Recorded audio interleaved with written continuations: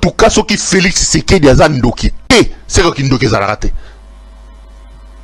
Je répète, ce qui Félix Tshisekedi aza ndoki te, c'est que ndoki ezalaka te. Parce que makambo azo kosala mwana mobali oyo, c'est pire que kindoki. De la RDC, protéger les civils ou les chasser de leurs terres. Bienvenue sur SkyZ plus 243, votre chaîne d'information. Nous vous invitons à aimer, commenter et partager cette vidéo afin d'accroître sa visibilité et de permettre au plus grand nombre de suivre l'évolution de l'actualité en République démocratique du Congo et ailleurs. La question devient de plus en plus difficile à éviter. Que se passe-t-il réellement lorsque des populations congolaises sont chassées de leur village au nom de la sécurité? Les informations faisant état de maisons incendiées et de déplacements forcés de civils dans les zones affectées par le conflit entre les FARDC et l'AFC M23, avec l'implication alléguée du Rwanda, doivent être prises au sérieux et faire l'objet de vérifications indépendantes. Si ces faits sont confirmés, ils ne peuvent pas être réduits à de simples conséquences collatérales d'une opération militaire. Ils poseraient une question autrement plus grave. La population civile serait-elle devenue une cible dans une stratégie de contrôle territorial? Quand la protection devient une expulsion. Une opération militaire peut être justifiée par des impératifs de sécurité, mais protéger une population signifie précisément lui permettre de rester en sécurité sur ses terres. Incendier des habitations, contraindre des familles à fuir et empêcher leur retour ne constitue pas une protection. Ce sont des actes qui, s'ils sont établis, pourraient relever de violations graves du droit international humanitaire. Il faut donc éviter les accusations définitives sans enquête. Mais il faut également éviter un autre piège. Normaliser les déplacements forcés au point de ne plus poser la question de leurs conséquences politiques. La question démographique est explosive. Le déplacement massif d'une population devient particulièrement préoccupant lorsqu'il est associé à l'installation éventuelle d'autres populations dans les territoires abandonnés. Il serait irresponsable d'affirmer sans preuve qu'un plan organisé de remplacement démographique est actuellement en cours. Mais il serait tout aussi irresponsable de considérer cette possibilité comme une question illégitime lorsque des populations sont durablement empêchées de retourner chez elles. Qui occupe les maisons abandonnées? Qui contrôle les terres? Qui administre les territoires? Qui bénéficiera des ressources et des infrastructures laissées derrière les déplacés? Ce sont ces questions qui doivent être posées. Goma et Bukavu ne sont pas des territoires sans histoire. Goma et Bukavu ne sont pas simplement des positions stratégiques sur une carte militaire. Ce sont des villes congolaises où vivent des millions de personnes, avec leur histoire, leur famille, leurs activités économiques et leur identité locale. Aucune solution durable au conflit ne peut être construite en considérant les populations civiles comme de simples variables dans une équation territoriale. Le futur de ces villes doit être déterminé par leurs habitants et par les institutions congolaises légitimes, dans le respect du droit international. Le silence international serait une erreur. La communauté internationale ne peut pas demander la paix tout en restant silencieuse face à d'éventuelles violations commises contre les civils. Si des maisons sont effectivement incendiées, si des familles sont expulsées, et si des populations sont empêchées de rentrer chez elles, il faut des enquêtes indépendantes, l'établissement des responsabilités et la protection immédiate des victimes. Et cela doit s'appliquer à tous les acteurs armés, sans distinction. La protection des civils ne peut pas être sélective. Kinshasa doit également répondre à une question fondamentale. Le gouvernement congolais porte évidemment une responsabilité majeure. Protéger ses citoyens et préserver l'intégrité territoriale du pays. Mais protéger un territoire ne signifie pas seulement reprendre une ville ou une localité. Il faut également être capable d'y restaurer durablement. La sécurité, l'administration, la justice, les services publics, la propriété foncière et les conditions permettant le retour des déplacés. Une population qui ne peut pas rentrer chez elle après une opération militaire reste, d'une certaine manière, victime du conflit. Attention aux mots, mais surtout aux faits. Le terme nettoyage ethnique est extrêmement grave et ne doit pas être utilisé comme simple slogan politique. Il suppose un ensemble de faits et de circonstances qui doivent être établis par des enquêtes crédibles.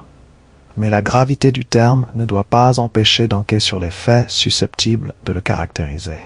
Si des civils sont systématiquement expulsés en raison de leur identité, si leurs maisons sont détruites et si leur retour est empêché pendant que d'autres populations prennent leur place, alors la communauté internationale devra examiner ces faits avec la plus grande rigueur. Ce sont les preuves qui doivent déterminer les qualifications juridiques, pas les slogans. La paix ne peut pas être construite sur les ruines des maisons civiles. L'Est de la RDC a besoin de sécurité, mais aussi de justice. Il a besoin de routes, d'écoles, d'hôpitaux et d'investissements, mais surtout de populations capables de vivre sur leurs terres sans craindre d'en être chassées. Une paix véritable ne peut pas être simplement l'absence de combat. Elle doit garantir le droit des populations à rester chez elles et le droit des déplacés à rentrer volontairement en sécurité et dans la dignité. Conclusion, la question que personne ne devrait éviter. Alors, s'agit-il encore uniquement de protéger les civils? La réponse doit venir des faits, des enquêtes et des témoignages vérifiés. Mais une chose ne devrait souffrir d'aucune ambiguïté. Aucune puissance étrangère, aucun groupe armé et aucune autorité locale ne devrait pouvoir décider du destin démographique de l'Est de la RDC par la force. Goma est congolaise. Bukavu est congolaise. Les villages du Nord Kivu et du Sud Kivu appartiennent d'abord aux populations qui y vivent et à l'État congolais. Le conflit ne doit pas devenir un instrument permettant de vider des communautés de leurs terres. La paix doit ramener les populations chez elles, pas rendre leur retour impossible. Et si des crimes ont été commis contre les civils, ils doivent être documentés, établis et sanctionnés, quels qu'en soient les auteurs. RDC, le procès des généraux, entre reddition de comptes, trahison présumée et refondation de l'État. Bienvenue sur Skies Dead plus 243, votre chaîne d'information. Nous vous invitons à aimer, commenter et partager cette vidéo afin d'accroître sa visibilité et de permettre au plus grand nombre de suivre l'évolution de l'actualité en République démocratique du Congo et ailleurs. Le fait de voir plusieurs officiers généraux comparaître devant la justice constitue, quelle que soit l'issue de ces procédures, un événement politiquement majeur pour la République démocratique du Congo.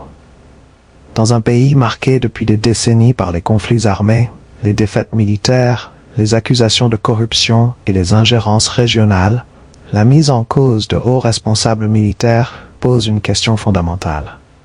L'État congolais est-il enfin en train de rompre avec la culture de l'impunité?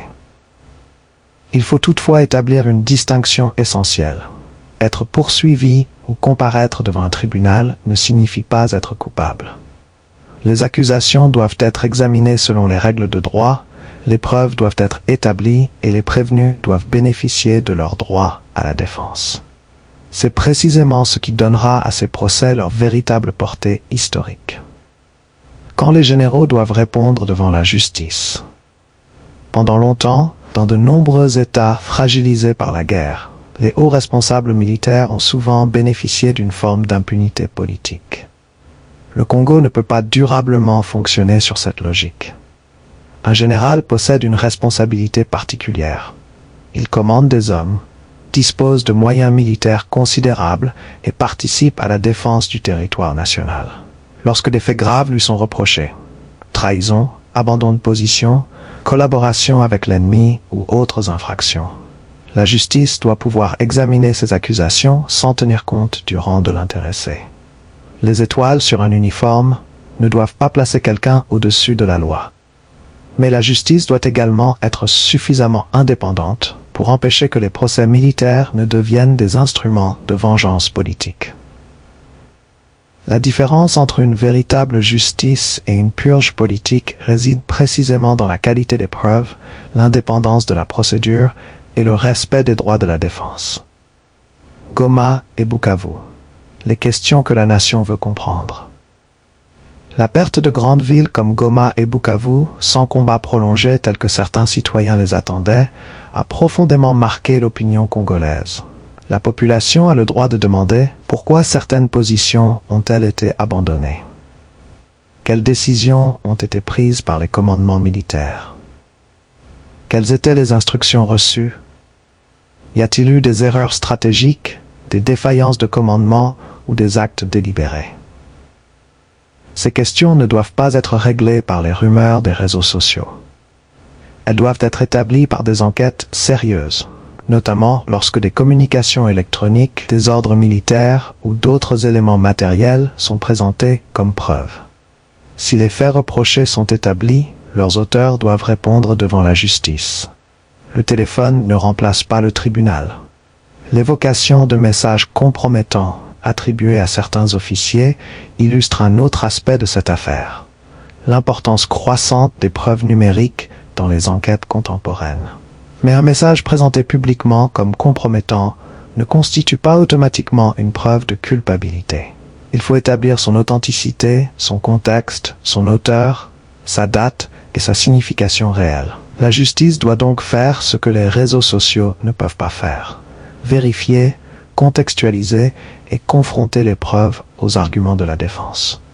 C'est cette rigueur qui permettra de transformer une affaire hautement médiatisée en véritable procès judiciaire.